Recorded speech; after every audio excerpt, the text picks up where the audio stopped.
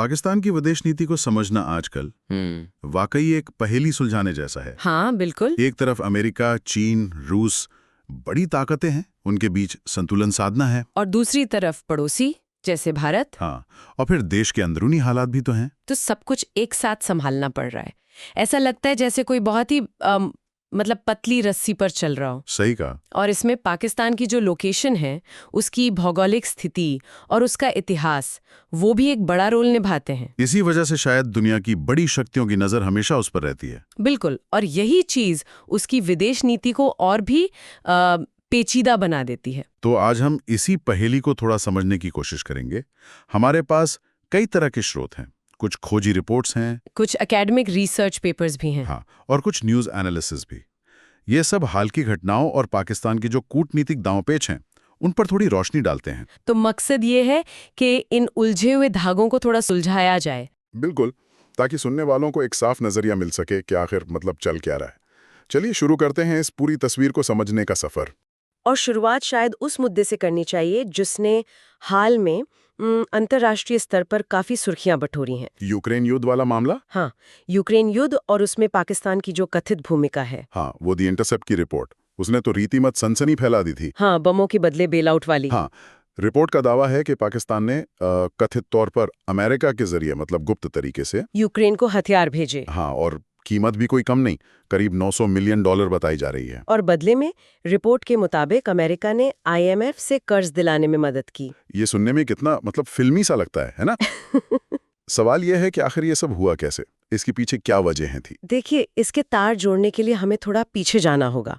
अप्रैल 2022, जब इमरान खान को हटाया गया था। हाँ बिल्कुल, खान का जो रुख था यूक्रेन युद्ध पर वो न्यूट्रल था, तटस्थ, और शायद ये अमेरिका को उतना पसंद नहीं आ रहा था। दी इंटरसेप्ट ने ही वो सिफर वाली बात भी तो निकाली थी। हाँ, वो गोपनीय राजनयिक संदेश जिसके मुताबिक अमेरिकी अधिकारियों ने कथित तौर पर दबाव डाला था कि खान को हटाया जाए। यहाँ तक कि ये भी कहा था कि अगर खान हट जाते हैं तो सब माफ कर दिया जाएगा। जी, रिपोर्ट में यही दावा किया गया था। अच्छा, तो ये सब माफ कर दिया जाएगा वाली बात, लेकिन क्या ये हथियार सौदा और खान का हटना क्या ये वाकई जुड़े हुए हैं? रिपोर्ट तो इन्हें सीधे तौर पर जोड़ती है। अच्छा, कैसे? देखिए, टाइमिंग देखिए। हथियार सौदे की बातचीत और सप्लाई अगस्त 2022 के आसपास शुरू हुई। खान के हटने के कुछ ही महीने बाद। बिल्कुल, और उस वक्त अमेरिका को यूक्रेन के लिए भारी मात्रा में गोला बारूद की जरूरत थी, खासकर आर्टिलरी शेल्स की। और अमेरिका खुद ये सब उतनी तेजी से नहीं बना पा रहा था।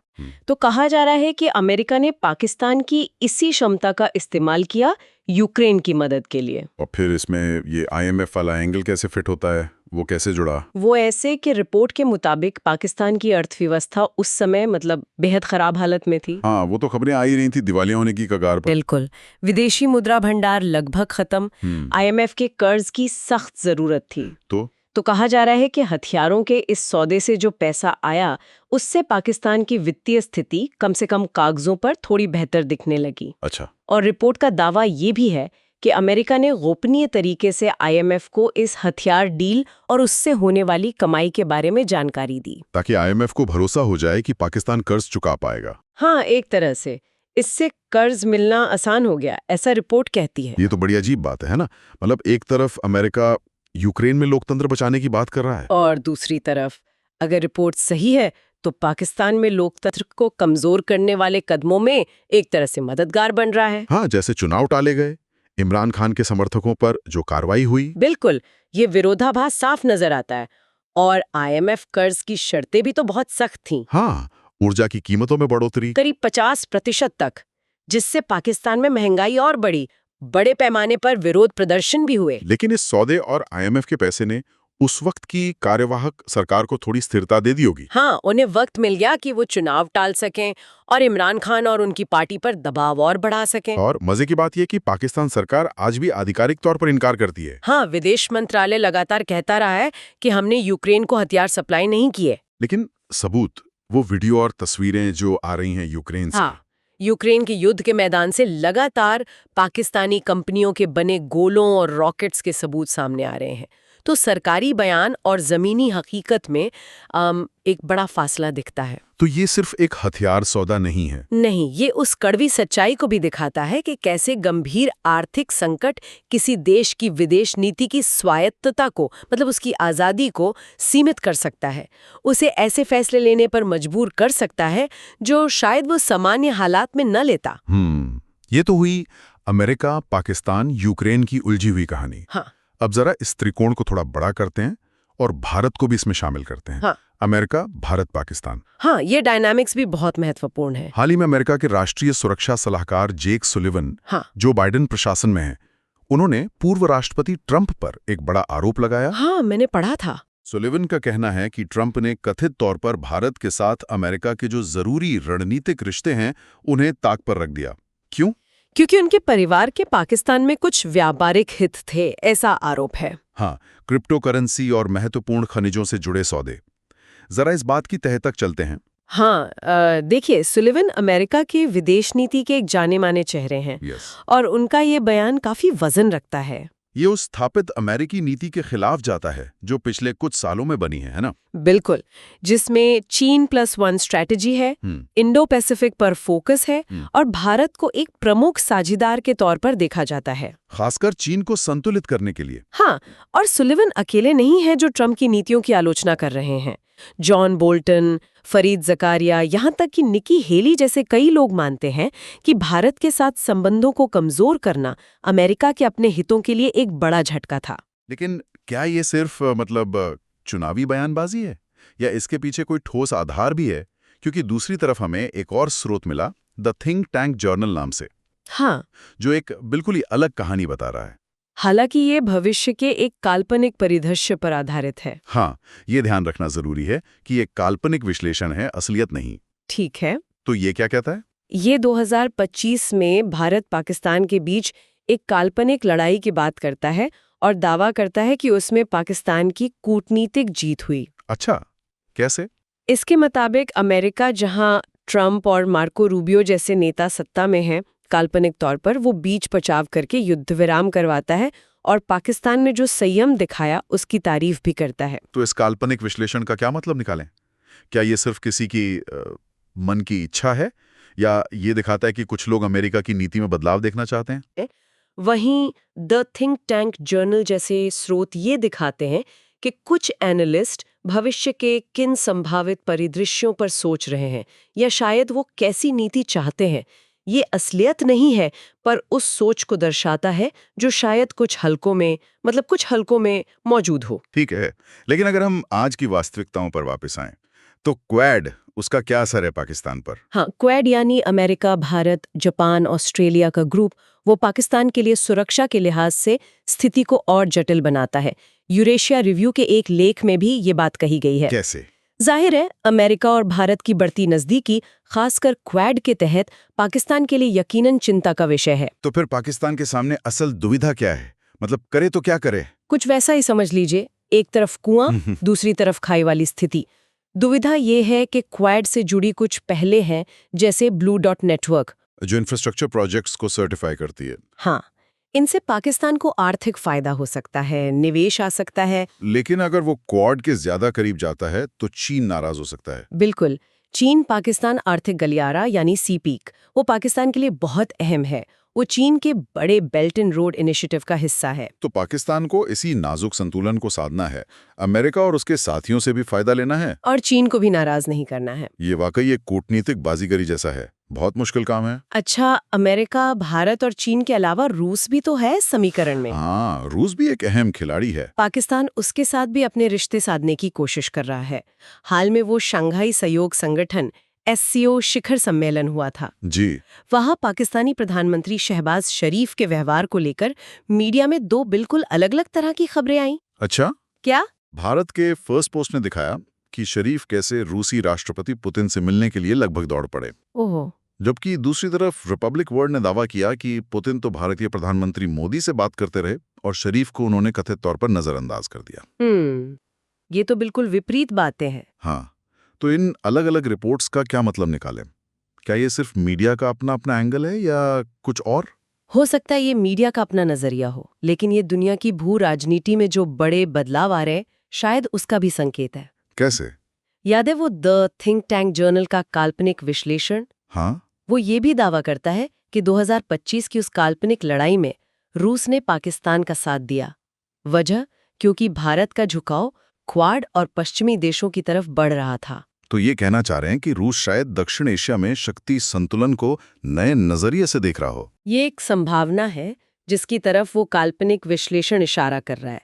अब ये कितना यथार्थ है, ये कहना मुश्किल है। और ये भी नहीं भूलना चाहिए कि भारत का अपना रिश्ता भी रूस के साथ काफी गहरा और जटिल है। बिल्कुल, भारत आज भी रूस से बहुत सारे हथियार खरीदता है। और यूक्रेन पर हमले के बाद यूएन सुरक्षा परिषद में वोटिंग से भी दूर रहा था। हाँ, जिससे अमेरिका भी थोड़ा चिंतित हुआ था, जैसा कि पाकिस्तान के जियो टीवी की एक रिपोर्ट में कहा गया। तो अगर हम पूरी तस्वीर को देखें तो ये साफ है कि पाकिस्तान हो या भारत, दोनों ही देश रूस के साथ अपने रिश्तों को बहुत संभाल कर फूंक कर कदम रख रहे हैं। हाँ, क्योंकि दुनिया के समीकरण तेजी से बदल रहे हैं और कोई भी अपने विकल्प बंद नहीं करना चाहता। और इस पूरी कहानी में चीन का रोल, वो तो शायद सबसे स्थिर रहा है, कम से कम पाकिस्तान के नजरिए से। हाँ, चीन पाकिस्तान का सदाबहार दोस्त माना जाता है। CPEC के जरिए बड़ा आर्थिक निवेश है। संयुक्त राष्ट्र में अक्सर बचाव भी करता है। बिल्कुल, और क्वाड के बढ़ते प्रभाव को कम करने में एक रणनीतिक साथी भी है। रिपब्लिक वर्ल्ड के उसी स्रोत ने SCO समिट के बारे में ये भी लिखा था कि शहबाज शरीफ चीन के नेताओं के प्रति काफी चापलूसी और हताशा दिखा रहे थे। अगर ये सच है तो ये दिखाता है कि पाकिस्तान चीन पर कितना ज्यादा निर्भर है ना? हाँ, बिल्कुल। अच्छा, ये सब तो हुई कूटनीति की बातें, पर्दे के पीछे की चालें। लेकिन कूटनीति अपनी जगह, इन सब जटिल रिश्तों को हम तक यानी आम लोगों तक पहुंचाया कैसे जाता है? हाँ, इसमें मीडिया का रोल आ जाता है। और यहाँ बात और भी दिलचस्प हो जाती है, मुझे लगता है। बिल्कुल, मीडिया का रोल बहुत बड़ा है। Pakistan languages and humanities review में एक एकेडमिक स्टडी छपी थी। हाँ। उसने 2015 से 2017 के बीच पाकिस्तान के बड़े अखबार डॉन और भारत के बड़े अखबार टाइम्स ऑफ इंडिया के संपादकीयों की तुलना की। अच्छा, एडिटोरियल्स की। हाँ। किस मुद्दे पर? खासकर भारत-पाकिस्तान संबंधों पर। और क्या पता चला उस स्टडी से? दोनों का नजरिया कितना अलग था? काफी अलग था। स्टडी के मुताबिक डॉन अखबार आमतौर पर भारत-पाक रिश्तों को लेकर या तो सकारात्मक या फिर तटस्थ न्यूट्रल भाषा का इस्तेमाल करता था। उम्मीद जगाने वाली बातें करता था, ऐसा? हाँ, कुछ वैसा।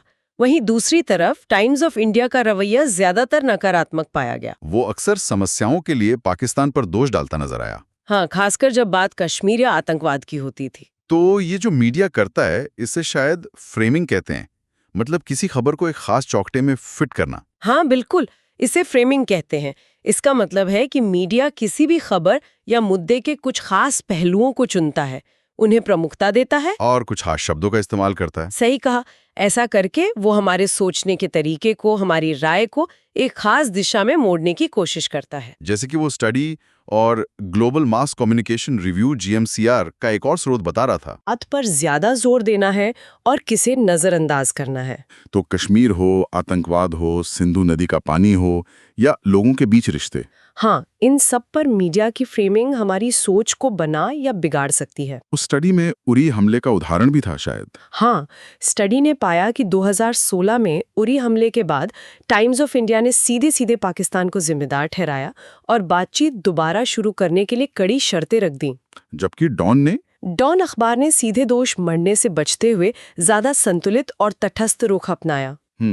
और GMCR का स्रोत ये भी कहता है कि पाकिस्तान जैसे देशों में मीडिया विदेश नीति पर जो बहस होती है उसे बहुत हद तक शकील-अंदीर करता है, उसे एक आकार देता है और इस तरह वो अप्रत्यक्ष रूप से सरकार की नीतियों को भी प्रभावित करता है।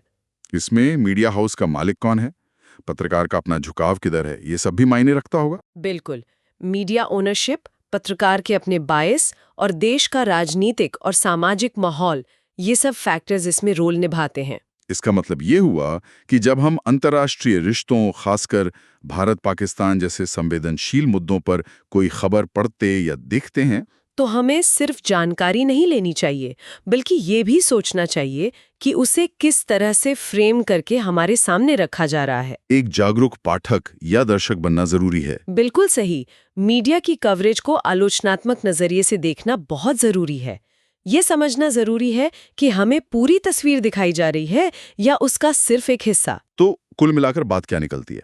हमने देखा कि पाकिस्तान कैसे एक साथ कई घोड़ों की सवारी करने की कोशिश कर रहा है। अमेरिका, चीन, रूस, भारत, सबके साथ संतुलन साधने की एक मुश्किल कवायद है। हमने यूक्रेन को कथित हथियार सप्लाई और IMF कर्ज के सनसनीखेज दावों पर बात की। हाँ, वो इंटरसेप्ट की रिपोर्ट काफी चौंकाने वाली थी। हमने ये भी समझने की कोशिश की कि अमेरिका भारत पाकिस्तान के रिश्ते कितने जटिल हैं और उसमें ट्रंप फैक्टर की भी बात हुई। और आखिर में हमने देखा कि मीडिया इन सब कहानियों को हम तक कैसे पहुंचाता है, कैसे फ्रेम करता है। हाँ, वो फ्रेमिंग वाला एंगल भी बहुत जरूरी है। तो पाकिस्तान के लिए जो सबसे बड़ी चुनौती है वो यही है कि ये दुनिया बहुत तेजी से बदल रही है, शक्ति संतुलन बदल रहा है, नए गठबंधन बन रहे हैं, पुराने रिश्तों में तनाव आ रहा है। और ऐसे में अपने राष्ट्रीय हितों को साधना, हाँ, और इन सभी बड़ी ताकतों और पड़ोसियों के साथ रिश्तों को संतुलित रखना एक बहुत बड़ा काम है। और ये सिर्फ बाहरी चुनौती नहीं है, अंदरूनी असर भी होता है। बिल्कुल। इन बाहरी दबावों का सीधा असर पाकिस्तान की अंदरूनी राजनीति, उसकी अर्थव्यवस्था और समाज पर भी पड़ता है। जैसा हमने कथित हथियार सौदे और इमरान खान को हटाने के मामले में देखा। हाँ, कि बाहरी ताकतें अंदरूनी राजनीति को किस हद तक प्रभावित कर सकती हैं, ये एक बड़ा सवाल है। और यहीं पर हम आज की इस बातचीत को एक सवाल के साथ छोड़ना चाहेंगे, जी, जिसपे शायद हमारे सुनने वाले खुद सोच सकते हैं। जरूर। हमने जो स्रोत देखे वो इशारा करते हैं कि बाहरी दबाव, जैसे कि इमरान खान को हटाने का कथित दबाव और मीडिया की फ्रेमिंग, ये दोनों बहुत अहम भूमिका निभाते हैं। हाँ, ये बात तो उभर कर आई है। तो सवाल ये उठता है कि क्या पाकिस्तान जैसा देश, जो बड़ी शक्तियों की खींचतान के बीच फंसा है, अपनी विदेश नीति तय करने में वाकई पूरी तरह से स्वतंत्र, मतलब ऑटोनोमस है? या उसकी ये स्वतंत्रता काफी हद तक बाहरी ताकतों और मीडिया के नैरेटिव से बंधी हुई है? हाँ, ये सोचने वाली बात है। निश्चित रूप से ये एक ऐसा सवाल है जिसका कोई आसान जवाब नहीं है और इस पर सोचते रहना जरूरी है। उम्मीद है इस चर्चा से पाकिस्तान की विदेश नीति की इन जटिल परतों को समझने में थोड़ी मदद मिली होगी। हाँ, कोशिश तो यही थी कि अलग-अलग पहलुओं को सामने रखा जाए। अगर सुनने वाले इस विषय में और गहराई से जानना चाहें तो जिन स्रोतों का हमने जिक्र किया उन्हें देख सकते हैं।